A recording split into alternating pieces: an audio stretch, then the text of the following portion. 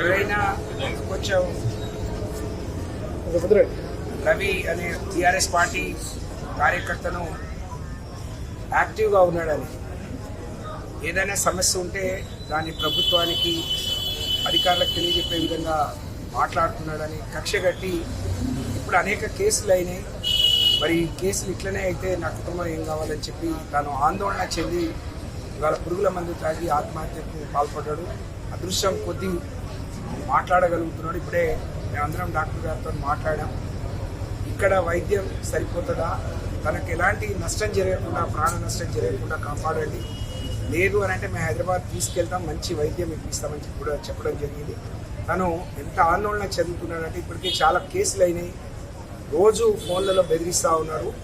నిజంగా ఎంత బాధాకరం అంటే కాంగ్రెస్ పార్టీ అధికారంలోకి వచ్చినాక దళిత, గిరిజన, అమాయకమైన మరి బీఆర్ఎస్ పార్టీ కార్యకర్తల్ని ఏదో ఒక వంకతో వాళ్ళకి ఎదురు తిరిగిందనో లేకపోతే సోషల్ మీడియాలో ఏదైనా పోస్ట్ పెడితే పోలీసులను పావులుగా వాడుకొని ఇలాంటి కేసులు పెట్టి వాళ్ళ మీద ఒత్తిడి తీసుకొచ్చి మరి వాళ్ళను బలహీనపరిచే, వాళ్ళను ఇబ్బంది పెట్టే ప్రయత్నం చేస్తున్నారు. దీన్ని తీవ్రంగా ఖండిస్తా ఉన్నాం. ఇవాళ రవి మీద జరిగిన ఉదంతం మొన్ననే నల్గొండలో జరిగింది, ఇందాకే పెద్దతండలో కూడా జరిగిందని గౌరవ మాజీ శాసనసభ్యులు అంటున్నారు.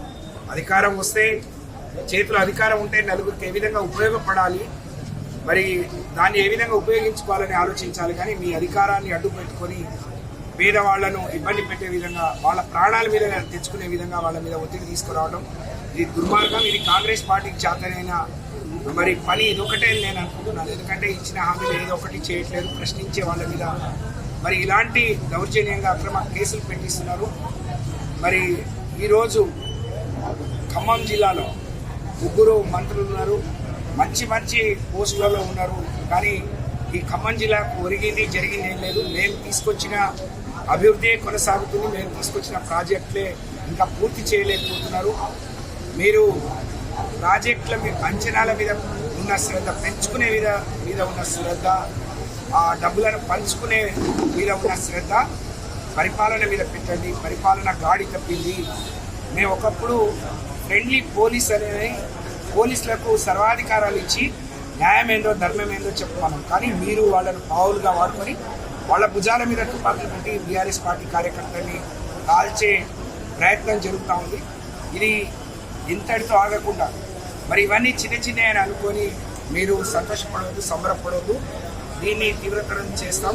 తప్పకుండా మీ తప్పుడు ఆలోచనలు, మీ తప్పుడు విధానాల్ని ఎండగట్టడానికి బీఆర్ఎస్ పార్టీ, అందులో గిరిజనులు మరి పేదవాళ్ళు కాబట్టి, గిరిజనులు కాబట్టి, అమాయకులు కాబట్టి వాళ్ళ అండగా ఎవరు ఉండరని మీరు అనుకుంటే మరి ఖబర్దారని చెప్పి హెచ్చరిస్తా ఉన్నాం. తప్పకుండా ఎవరికి ఏ ఇబ్బంది వచ్చినా బీఆర్ఎస్ పార్టీ మేమందరం కూడా అండగా ఉంటాం. కేసీఆర్ గారి పాలనలో గిరిజనులకు ఒక స్వర్ణయుగం.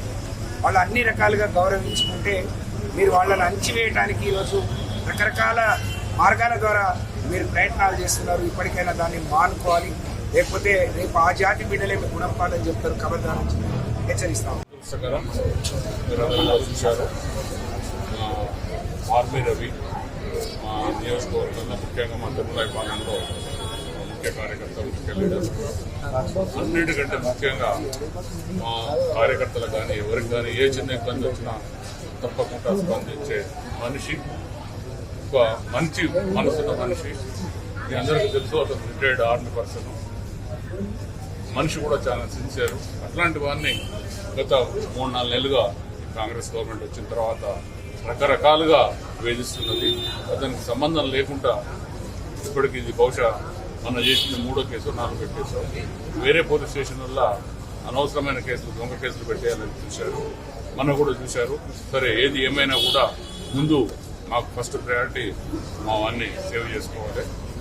అదే దాంట్లో అవసరం ఉంటే హైదరాబాద్ కూడా షిఫ్ట్ చేస్తాం.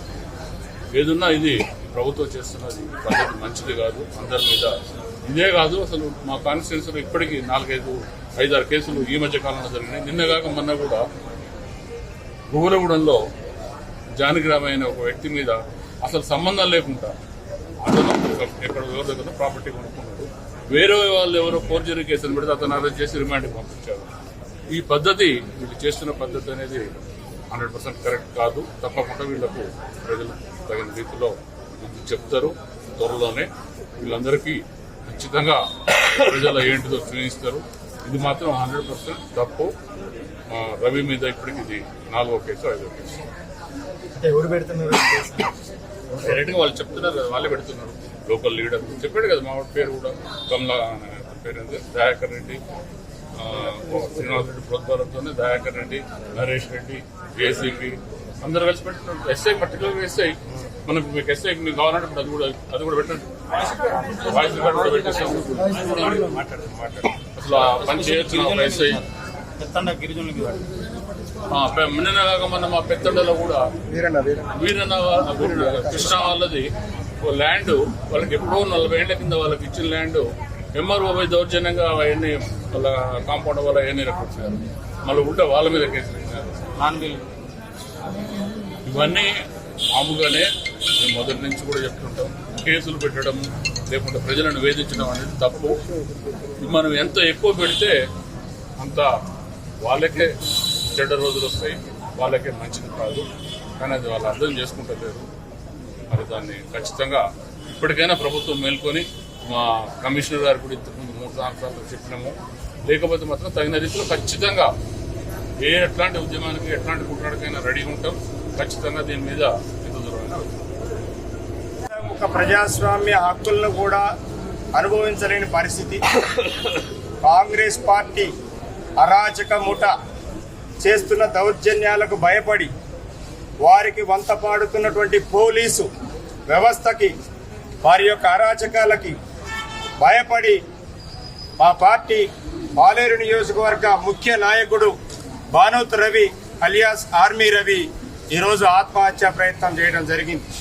సింథటిక్ పైరెథ్రాయిడ్ తాగి తనకు తానుగా చనిపోవాలని నిర్ణయం చేసుకున్నాడు.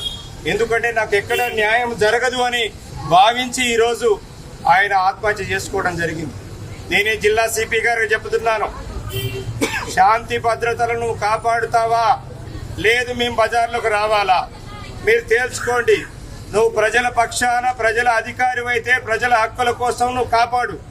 లేదు ఇక్కడ నుండి కాంగ్రెస్ నాయకులకు అడుగులకు మడుగులు వస్తామంటే బీఆర్ఎస్ పార్టీ చేతులు ముడుచుకొని కూర్చోదు.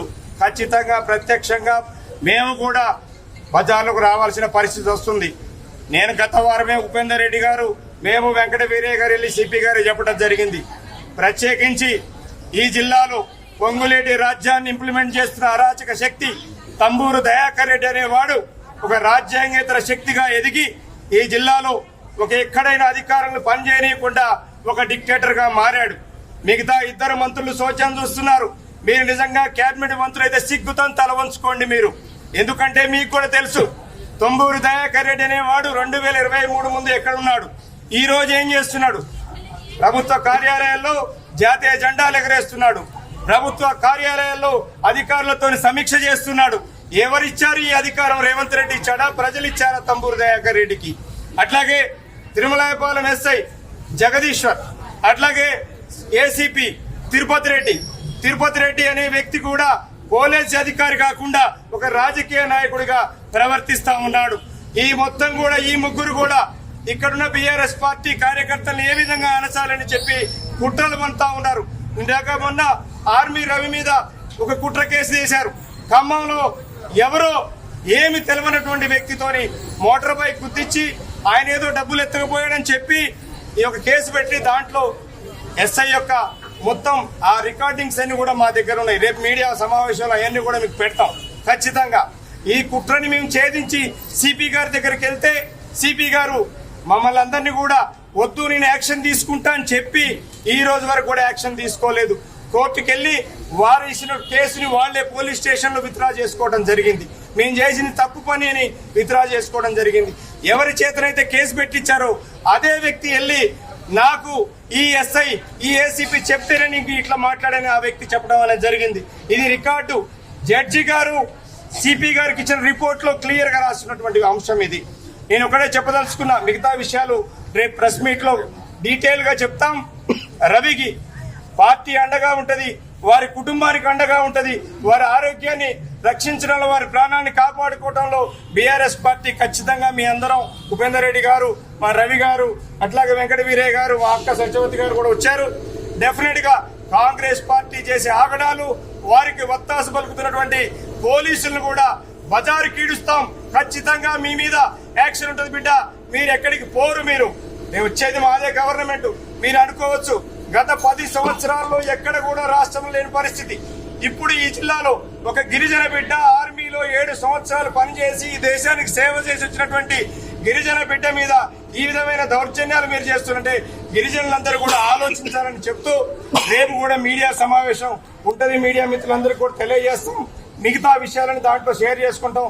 ఇప్పుడు మా ముందున్న కర్తవ్యం రవి ప్రాణాలు ఎట్లా కాపాడుకోవడం అనేది మా ముందున్నటువంటి కర్తవ్యం. ఎందుకంటే మాకు సోషల్ మీడియాలో చాలా యాక్టివ్ గా ఉండే కార్యకర్త, ప్రతి విషయాన్ని కూడా రెస్పాండ్ అయ్యేటువంటి వాడు, చాలా విపులంగా పెట్టేటువంటి వ్యక్తి. మా ఉపేందర్ రెడ్డి గారికి కూడా ఒక కుడిభుజంలాగా పనిచేసేటువంటి వ్యక్తి రవి, మా మానవత రవి. ఖచ్చితంగా వారి ప్రాణాలు కాపాడుకోవడం కోసం పార్టీ శాయశక్తుల ప్రయత్నం చేస్తుంది. అసలైన తొలి వెలుగు. ఫాలో వాట్సాప్ @తొలి వెలుగు official.